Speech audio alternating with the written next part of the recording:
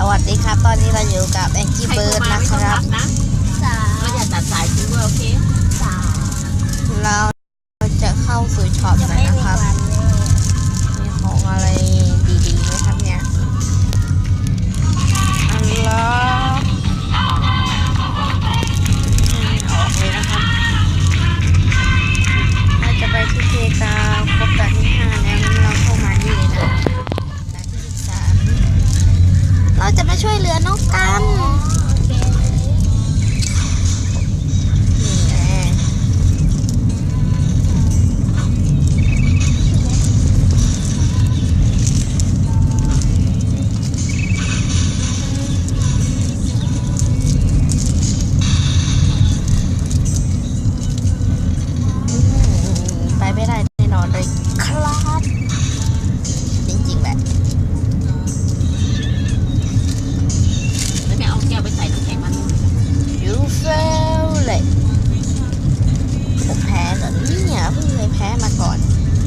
เคยมาแล้วเนาะ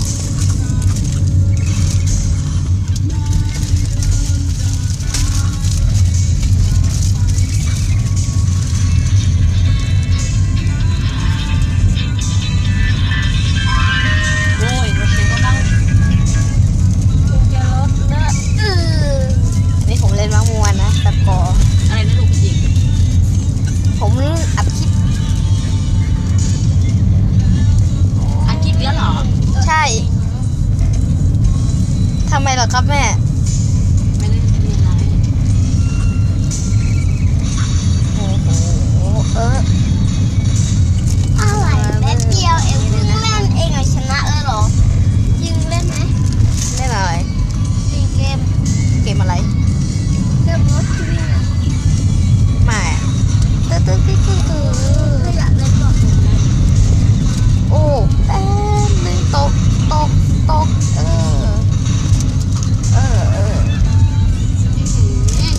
แม่เด็กได้พี่ยังเนี่ยบัวแม่เด็กได้พี่ยังเดี๋ยวสต็อปแป๊บนึงมาเริ่มกันต่อเลยนะครับห้ามชนเด็กGet now อ้ยไม่อะGet 5ไม่เอาหรอกเต็ง2-3เลยนี่มีแบบนี้ด้วยผมเพิ่งรู้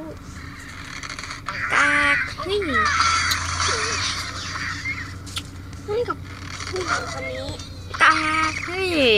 กากจริงๆดึงทับอีกนะครับ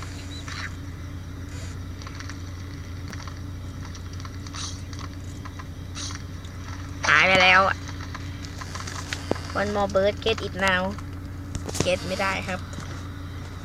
นี่จะกดกันกว่าลองเริ่มเลยนะครับ see where you are shot โอ้น่าสนุก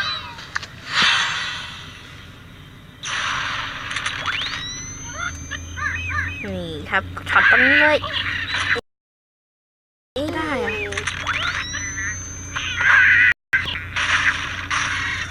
ขอบคุณที่สามอีกแล้วที่เราอีกแล้วฉันตรงที่ไม่เหลือนี่คือจะไม่ได้ว่าขนาดระเบิดแล้วนะครับกินเพชร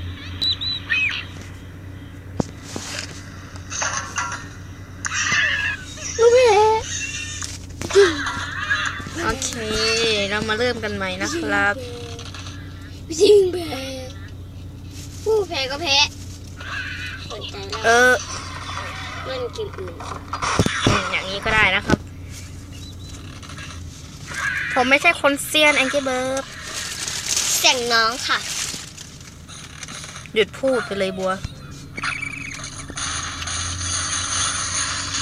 โอเคก็ถือว่าผมได้อะนะได้อย่างดาวก็ถือว่าดีนะครับตอนนี้ โอ้ยนอน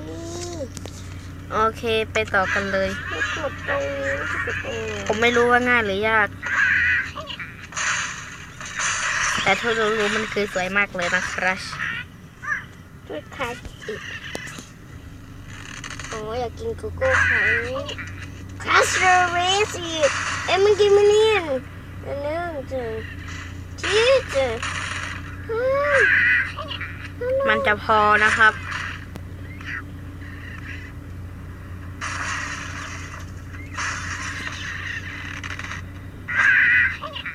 ยากนี่ เริ่มใหม่สินะครับ ยากเขาใหญ่ เนี่ยคุยโอ้ยไปแล้วคุณจะชีวิต ต่อเลยนะครับบวงเงียบ น้องผมชอบเสียงดังนะครับ แต่ได้สกอร์เยอะอยู่ตอนนี้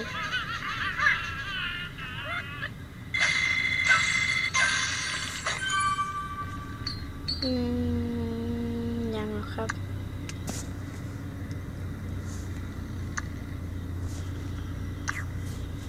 ไปต่อกันเลยนะครับ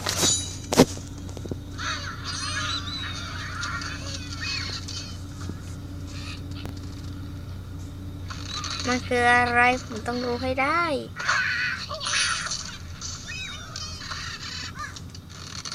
ผมต้องรู้ให้ได้ ผมต้องรู้ให้ได้มันเปิดเผยตัวตนแล้วนะครับ โอ้ยแพ้เลยอ่ะพี่ แค่เนี้ยโอ้โหผมฝืนไปได้หลายอย่างก็พอแค่เนี้ยนะแต่ก็ดีอยู่นะ มันช่วยเพิ่มอะไรไม่รู้หรอกยากฉันไปไม่ได้เรื่องเลยเพื่อนกระโดด แล้วนายเหรอชนไม่ได้เรื่องนี่ฉันจะต้องชนตรงจุดอ่อน อุ้ยแพ้ เริ่มใหม่กันเลยนะครับ เล่นมันก็แพ้ นี่แน่ เล่นเกมนี้ดีกว่า คือ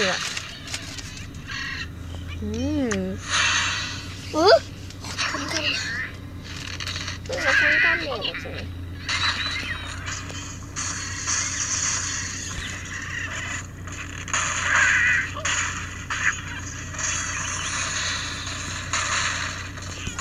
นกตันไปไหนน่ะ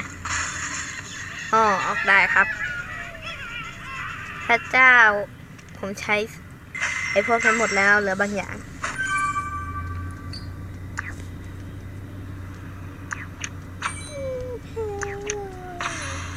จะแพ้แล้วเนี่ยคนกล้าเมียต้องสุดต้องสู้ ไปกันต่อนะครับเลเวลอันล็อกโอ้โหเลเวลนี้ง่ายยิ่งกว่าปกเพื่อเข้าป่าอีกนะครับหรือว่ามันยากปะ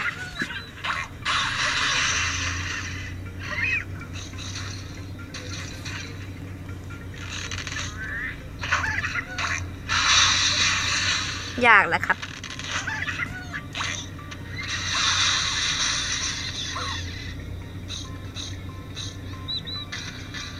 โอเคงั้นเดี๋ยวผมมาเล่นพาร์ทนี้ทีหลังนะ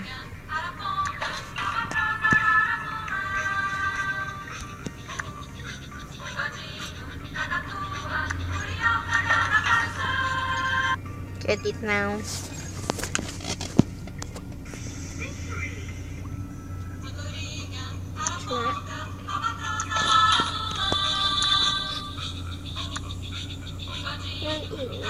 โอเคงั้นก็ขอเพียง